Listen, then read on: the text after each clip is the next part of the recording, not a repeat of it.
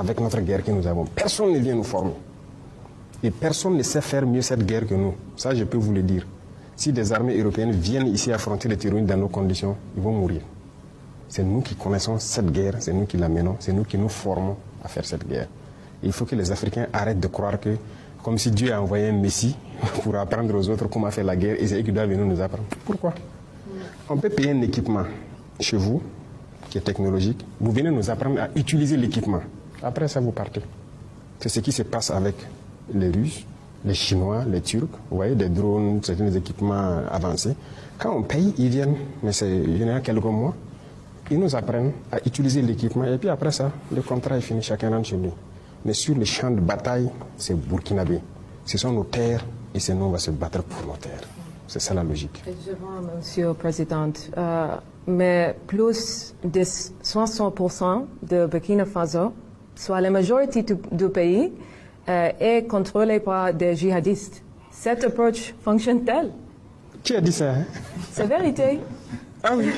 C'est les femmes. Après ici, vous prenez partout où vous voulez sur la carte. En ligne, print, là? en ligne.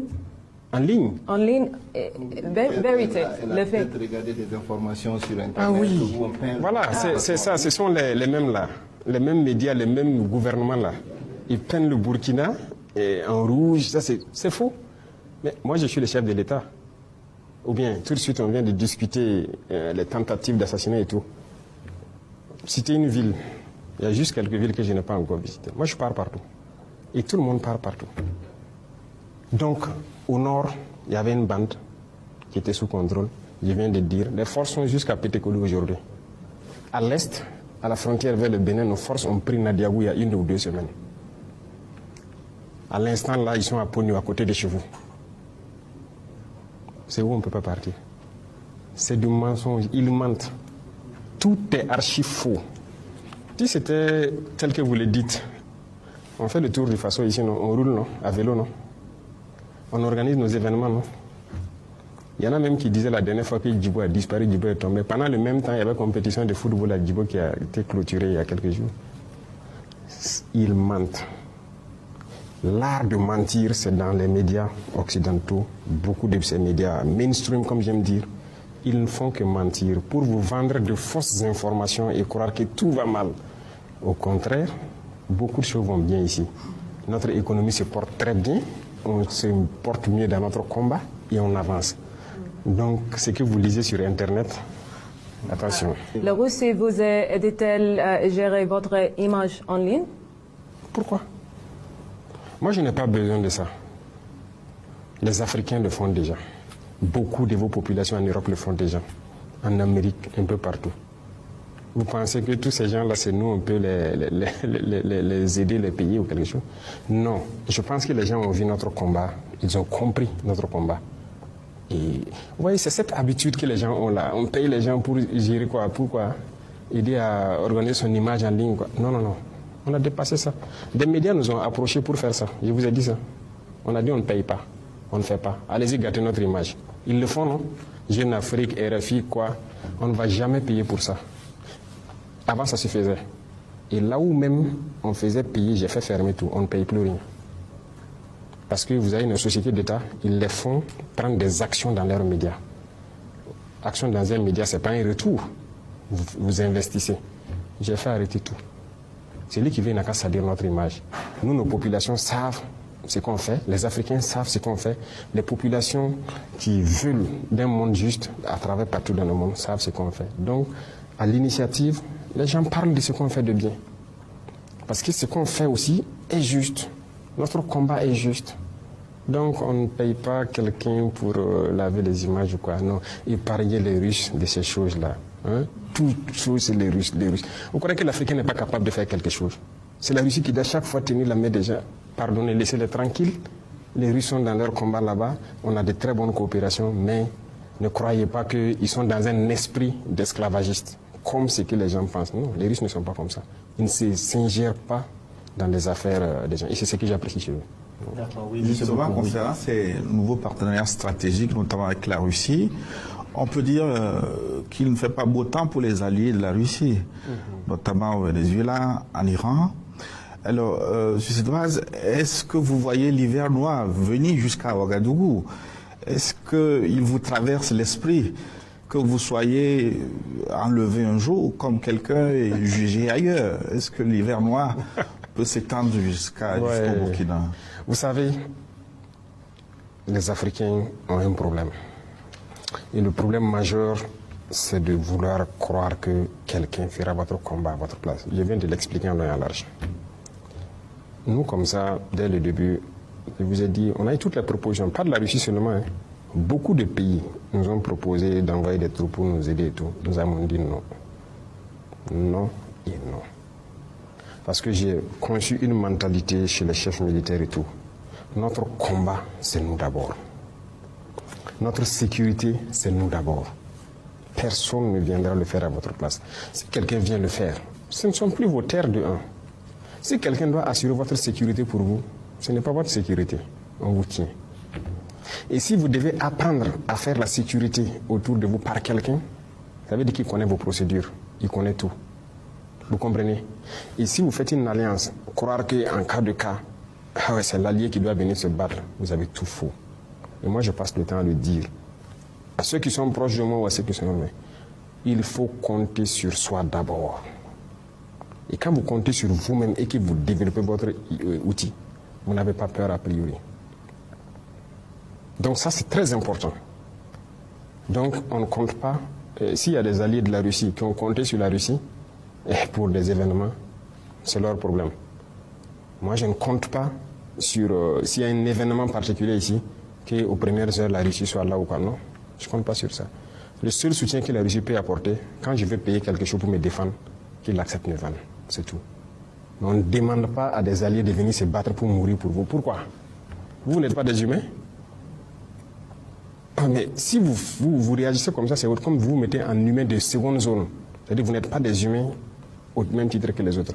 Mais c'est l'erreur que beaucoup de gens commettent. En voulant, voilà. Même comme il y a des chefs d'État, leur sécurité est assurée par d'autres nationalités. C'est pas sérieux.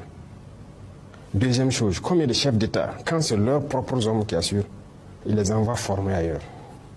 Ça veut dire que nous, on est dépourvus d'intelligence pour développer quelque chose. Si tu envoies ta sécurité aller former ailleurs, ça veut dire que ces gens maîtrisent ta procédure. Ils maîtrisent tout autour de vous. Donc vous n'avez rien fait en fait. Vous êtes assis, croyant que vous êtes habillé, mais vous êtes nu. Donc il y a beaucoup de choses. Je ne peux pas tout détailler ici. Il y a tellement de choses qu'il faut que les Africains prennent en compte et que certains aussi prennent en compte. Écoutez, nous on aime dire depuis le village, quand on te lave le dos, grouille pour laver ta face aussi. Donc il y a des alliances stratégiques qui permettent à ce que vous soutenez dans certaines sphères. Le reste là, il faut pouvoir développer vous-même. C'est comme l'industrie militaire. On est là en Afrique, on est assis. Moi je dis oui, on a payé urgemment des équipements pour contenir notre menace et faire notre guerre. Mais vous croyez qu'on va continuer comme ça? En tout cas pas le Burkina. Parce que notre mentalité est différente. Désormais, nous allons produire l'équipement militaire. Pour nous, ici les gens veulent, on va les vendre. Parce que je suis convaincu d'une chose, on a des cerveaux aussi, on réfléchit, on n'est pas bête. Mais si vous comportez d'une manière, c'est vous-même qui montrez aux autres que vous êtes bête. Vous ne produisez rien et vous n'avez même pas l'intention de produire quelque chose. Vous ne développez rien, que ce soit tactiquement ou techniquement, vous partez toujours vous adosser aux autres. Mais vous n'êtes pas des humains. Il ne faut pas compter sur les autres. Comptez sur vous-même d'abord. Et ça, c'est à l'échelle individuelle au Burkina. Chaque Burkinabé doit compter sur lui-même d'abord. Et la révolution, c'est cette mentalité. Vous voyez, avant tout le monde s'assoit, c'est l'État, c'est l'État. Nous sommes en train de changer la chose. Vous devez compter sur vous d'abord avant de faire appel à l'État. Et donc, jusqu'à l'échelle État, c'est comme ça. Donc, voilà ce que je peux dire. Donc, il n'y a pas de crainte. Nous, on a un système qu'on a développé, qu'on perfectionne au fur et à mesure. Mais personne ne vient nous montrer quelque chose, nous enseigner quelque chose. Tant que Dieu nous a donné un cerveau, nous on exploite notre cerveau pour réfléchir. Excellence, la visite de Nick Checker du département d'État américain à Ouagadougou signifie un rapprochement avec l'Occident. Oh oui, j'ai suivi, ils ont demandé à venir échanger avec nous. Je pense que le ministre des Affaires étrangères qui a échangé avec eux, et puis un peu aussi dans les pays de la... En fait, il faut que les gens comprennent quelque chose. On n'est opposé à personne. On n'est pas contre quelqu'un. Mais on est contre celui qui ne nous respecte pas et qui ne veut pas accepter notre souveraineté, notre indépendance. Si, même aujourd'hui la France n'est pas notre ennemi. C'est comme j'ai dit, les dirigeants français ont une politique. Sinon, le peuple français, combien de Français nous soutiennent? Combien de Français, même dans les médias dont on parle qu'on paie pour laver les yeux? Non, combien d'influenceurs ou c'est quoi, français, font des vidéos? Voilà ceux qui sont sur les réseaux sociaux qui font les vidéos là, pour nous soutenir. Ils sont nombreux. Ils sont très nombreux, je les salue au passage. On ne les connaît même pas. Ils voient notre combat. Quiconque veut coopérer avec nous, il n'y a pas de problème. Mais quand vous venez, si vous venez et que vous voulez nous montrer que vous êtes supérieur à nous, c'est terminé. Vous repartez. Mais si vous avez compris et que vous devez venir traiter d'égal à égal, d'homme à homme, il n'y a pas de problème. On peut parler affaires. Tout le monde fait des affaires dans le monde. Mais imaginez, vous venez. Ok, je veux votre or. On va vous donner 10%, nous on prend le reste. Au Burkina, ça ne marche plus. Si vous venez, on discute. Vous apportez quoi? Ok. Nous, la ressource nous appartient à 100%. Mais en fonction de ce que vous apportez, on peut évaluer et puis dire, bon, on vous donne 40%, ou bien 45%, ou à la rigueur 50%. Et on les quitte. Et ça, c'est une discussion. Mais si vous ne voulez pas, vous venez avec dans l'esprit que bon, ce sont des nègres, on va prendre ce qu'on veut. Ça ne marche pas. Donc, quiconque veut travailler, veut faire des affaires au Burkina, vous venez avec l'esprit sain, on va le faire. Même si demain, les entrepreneurs français pensent qu'ils peuvent investir au Burkina, ils n'ont qu'à venir. Mais s'il vient avec l'esprit de maître, il vient pour traiter avec des esclaves, on va le mettre dehors et c'est terminé. Mais si vous venez et que vous voulez traiter intelligemment, sans arrière-pensée, on discute, le contrat est clair. Si vous ressortez du contrat, on vous dit de rentrer chez vous. C'est le respect de notre souveraineté, de notre indépendance. Ça, c'est très important. Pourquoi pensez-vous que les jeunes vous aiment autant? Pourquoi je pense que les jeunes m'aiment autant? C'est ce que je ne sais pas moi. Moi, je ne peux pas juger ça. Si les jeunes m'aiment, c'est dû peut-être à notre idéologie qu'on développe. Vous prenez le côté santé. Nous sommes en train d'équiper nos hôpitaux de toutes les technologies possibles. Les coûts de soins ont drastiquement baissé, mais les jeunes vont aimer ou pas. Les médicaments, les prix ont baissé, ça n'a rien à voir avec la sous-région, même en Europe. Vous prenez le domaine des infrastructures. On est en train de construire nos routes nous-mêmes, les jeunes gagnent de l'emploi, parce que l'agence Faso Mewo emploie des milliers de jeunes burkinabés. Les jeunes aiment ou pas. Tous les pays peuvent faire la même chose. Dans le domaine de l'agriculture, nous avons donné les moyens, nous avons payé des milliers de tracteurs qui cultivent gratuitement les champs de beaucoup de paysans. Et quand c'est des grands champs, c'est subventionné. Tous les pays veulent voir ça ou pas. On produit, cette année on a fait une production record. Depuis que le Burkina existe, on n'a jamais produit comme ça. Mais c'est positif ou pas? Tout le monde va manger à sa faim. Le pouvoir d'achat augmente. On est en train de créer des industries pour transformer nos matières premières. Les jeunes aiment ou pas? Les jeunes seront employés et pour faire fonctionner l'usine, mais aussi dans la mécanique et tout ça. Alors, on prend le domaine du transport et tout. Même le transport urbain, on a vu qu'on était très loin. On a décidé pour une phase de faire payer au moins 500 autobus qui vont transporter les gens. Ça veut dire que beaucoup de gens qui n'arrivaient pas à se déplacer vont pouvoir se déplacer. Et ça fait de l'emploi pour 500 autobus, rien que les machinistes. Vous avez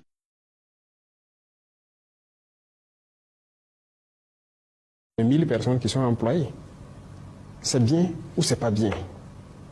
Donc, dans tous les domaines, nous sommes en train d'évoluer. C'est ce que les jeunes voient de positif, qu'ils apprécient. Et moi, j'apprécie cela. C'est pas moi, ma personne qui les aime, c'est l'idéologie qu'ils aiment. Et c'est cette idéologie peut-être qu'ils veulent que ça soit dupliqué un peu partout pour les permettre de vivre dignement. Voilà. Quand on prend l'éducation, c'est terrible. Si vous voyez comment les étudiants étaient, on a créé des centres universitaires partout, mais aucun amphi. Ils se baladent comme ça dans les villes. Mais aujourd'hui, nous sommes en train de construire des amphithéâtres un peu partout pour les donner un peu de dignité. Bientôt, ce sont les cités universitaires parce qu'ils ne savent même pas où se loger. Il y en a qui dorment à terre dans les universités. Il faut qu'on les aide à se loger. Les restaurants universitaires, il faut qu'on les aide à pouvoir manger. C'est bien ou c'est pas bien? Pour les écoles, les enfants et tout. Les enfants, souvent, ils n'ont même pas d'école. Aujourd'hui, nous avons pris des modèles et nous sommes en train de construire des bâtiments à niveau, bien faits, avec des classes de taille bien réduites. Sinon, vous partez dans des salles, 100 et quelques, 200 et quelques. Est-ce qu'ils peuvent enseigner? Ils peuvent vraiment travailler. L'enseignant même souffre dedans. On est en train de tout réadapter pour ramener les effectifs, faire des classes aux normes et tout, donner tous les outils nécessaires. C'est bien ou c'est pas bien? Voilà ce que nous faisons. C'est le bien-être de notre population. Et partout au Burkina, les centres de santé, nous avons mis un projet en place. On a déjà construit près d'une quarantaine. Et chaque année, ça va continuer. Et dans ces centres de santé, il y aura des médecins qui seront affectés. Pour que, il ne faut pas que quelqu'un ait une appendicite ou il a une fracture ou quelque chose, on ne peut pas l'opérer là-bas. Il faut l'envoyer en ville pour opérer. Moi, je me balade dans mon pays, je vois. J'ai été dans des villages, dans des chefs-lieux de province, à des centaines de kilomètres de Ouagadougou, où quand une femme est enceinte, ça fait 9 mois. Chaque fois qu'elle doit faire un examen échographie, on doit l'amener à Ouagadougou. Moi, je suis contre ça. Donc, je mets en place des échographes là-bas.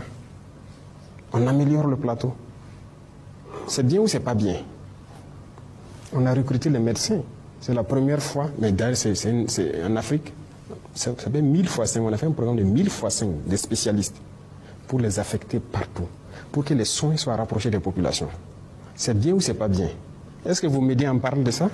Tout ce que je cite, il y en a tellement. Mais non, ils ne parlent pas de ça. Ils prennent notre carte en rouge. Notre pays est disparu. Rien ne va ici. Tout.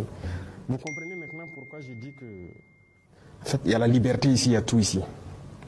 Mais ils ne veulent pas ça. Comme ça, on s'épanouit. Ce n'est pas bien, ils ne veulent pas ça. Donc, il faut salir notre image.